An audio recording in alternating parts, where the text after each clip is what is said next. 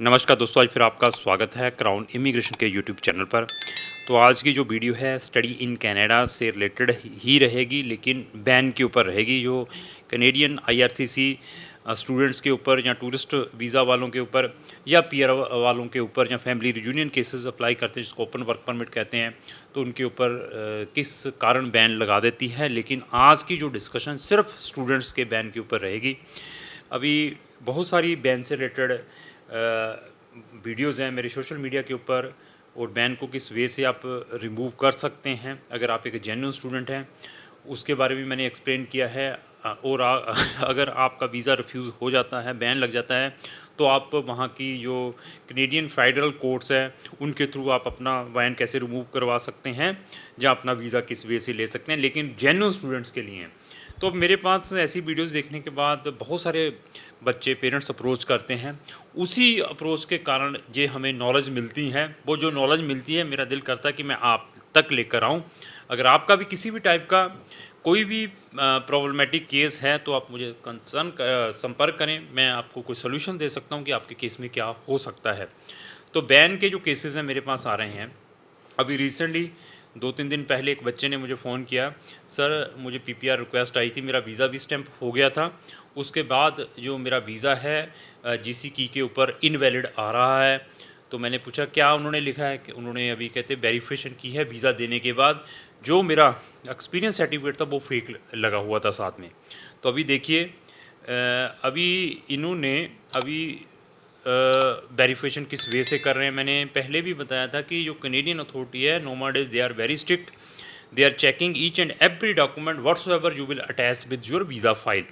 और उसमें क्या है कि आपको बैन है, आपकी फ़ीस फंसने के भी चांसेस हैं अगर आप फेक डॉक्यूमेंट लेकर वीज़ा लेने की कोशिश करते हैं। अभी 1-2 कॉलेजेस की मेरे पास कंप्लेंट आई हैं बच्चों के थ्रू कि वो कॉलेज अभी हमारी फ़ीस रिफ़ंड नहीं कर रहे हैं क्योंकि हमारे ऊपर बैन लग चुका है। हमारे कंसल्टेंट ने हमें ये कहा था, वो कहा था।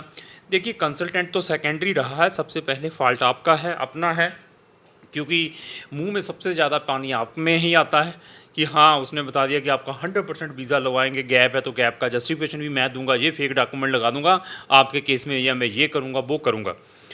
तो अभी बेनिफिट किसको होना था? आपको होना था। तो अभी जो पनिशमेंट है वो तो आपको ही मिलनी है, क्योंकि आपने ही वीज़ा का लेकर जाना, तो वो सेकेंडरी बात रही है, कंसल्टेंट का क्या करना है आपने। तो अभी फिर मैं क्लियर कर दूं, एक को तो ये ऐसा केस आया।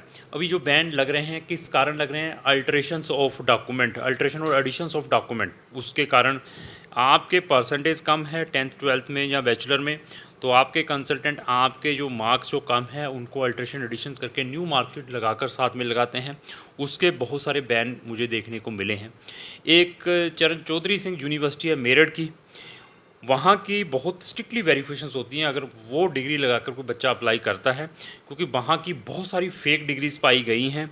और भी 2-3 यूनिवर्सिटीज़ है, आर्नी यूनिवर्सिटी जहाँ हिमाचल में है, एक राजस्थान में है, उसके भी बैन बहुत सारे देखने को मिले हैं। इवन उन बच्चों ने अपने ईसीए भी कराए हुए थे, जिसको हम एजुकेशन क्रेडेंशियल असेसमेंट कहते हैं, लोग बेस्ट कहते रहते हैं, एक एजेंसी है जिससे करवाते हैं, उसके बाद भी बैन लगे हैं, क्योंकि this is the third party. IRCC different thing है, उसने तो हर एक चीज़ चेक करनी है। वो कहता है यार फिर भी बैन लग गया, वहीं की एजेंसी ने हमें डॉक्यूमेंट वेरीफाई करके दिए, तो मैंने फिर बता दिया जो चीज़ गलत है तो वो गलत है।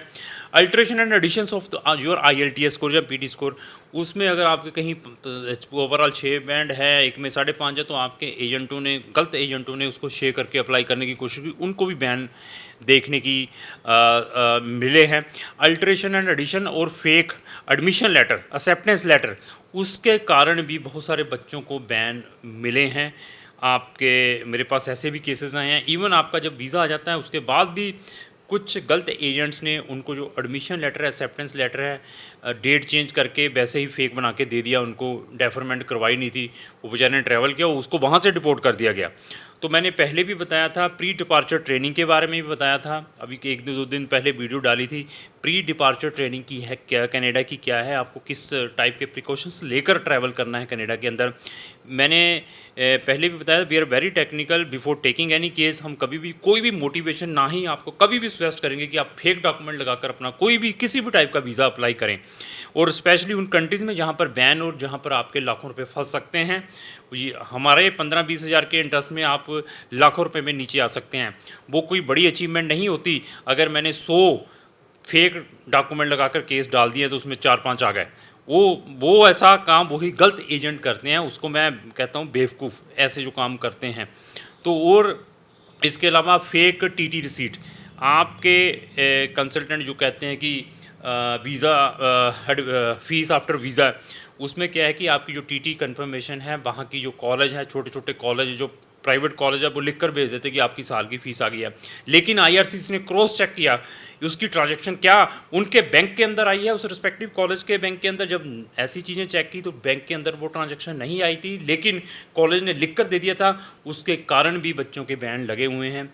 प्रॉपर प्रिकॉशंस लेकर ही अपना केस डालने की कोशिश करनी है। इवन जीआईसी फेक, आपके जीआईसी अकाउंट भी फेक लगाकर केस अप्लाई करने की कोशिश की गई है, जहां पर आप मोटिवेशन में आ जाते हैं कि सारे पैसे वीज़ा लगने के बाद तो देखो, सारे पैसे वीज़ा लगने के बाद तो वहाँ पर यही चीज़ें होनी हैं, आपके डॉक्यूमेंट मैक्सिमम से मैक्सिमम फेक बनने हैं। तो ऐसे ऐसे चीज़ों के कारण आपके फेक चीज़ें लग के आई हैं। इवन मेरे पास ऐसे केसेस आए हैं, बच्चे के ऊपर बैन लग गया है, रिफ्यूज़ल आ गया है, उसके कंसल्टेंट ने उसका जो रिफ्यूज़ल लेटर है उसको अल्ट्रेशंस करके उसको चेंज करके भेज दिया कि आपके ऊपर बैन नहीं लगा, उन्होंने इसीलिए रिफ्यूज़ किया कि आपने वापस नहीं आना। अच्छा, वो बच्चे ने दोबारा किसी और कंसल्टेंट के थ्रू अप्लाई किया तो उसमें फिर लिख कर आया कि आपको तो हमने पहले ही बैन किया हुआ था, तो आपको हम वीज़ा दे ही नहीं सकते क्योंकि आपने उस टाइम फेक डॉक्यूमेंट। बच्चा चिल्लाता है, पेरेंट्स चिल्लाते हैं, अभी ये क्या हो रहा है? मैं कहा ये वही होना है जब आपके मुंह में पानी आ जाता है कनाडा का नाम लेकर। तो ऐसी ही चीज़ें होनी है। तो कोशिश करें, ये चीज़ें जितनी हम बोलते हैं ना, ये तभी हम बोल सकते हैं क्योंकि इन चीज़ों को प्रैक्टिकली कर रहे हैं। अगर मैं 100 कंट्रीज़ को डील कर रहा हूँ जहाँ पर हम स्टूडेंट्स को हायर स्टडीज़ के लिए भेजते हैं, हमारे पास आपकी प्रोफाइल चेक करने के बाद, आपका बजट चेक करने के बाद, आपका आईएलटीएस, आपकी एज, आपका टेस्ट चेक करने के बाद सजेस्ट कर सकता हूँ कि आपको कहाँ पर अपने केस की ट्राई करनी चाहिए।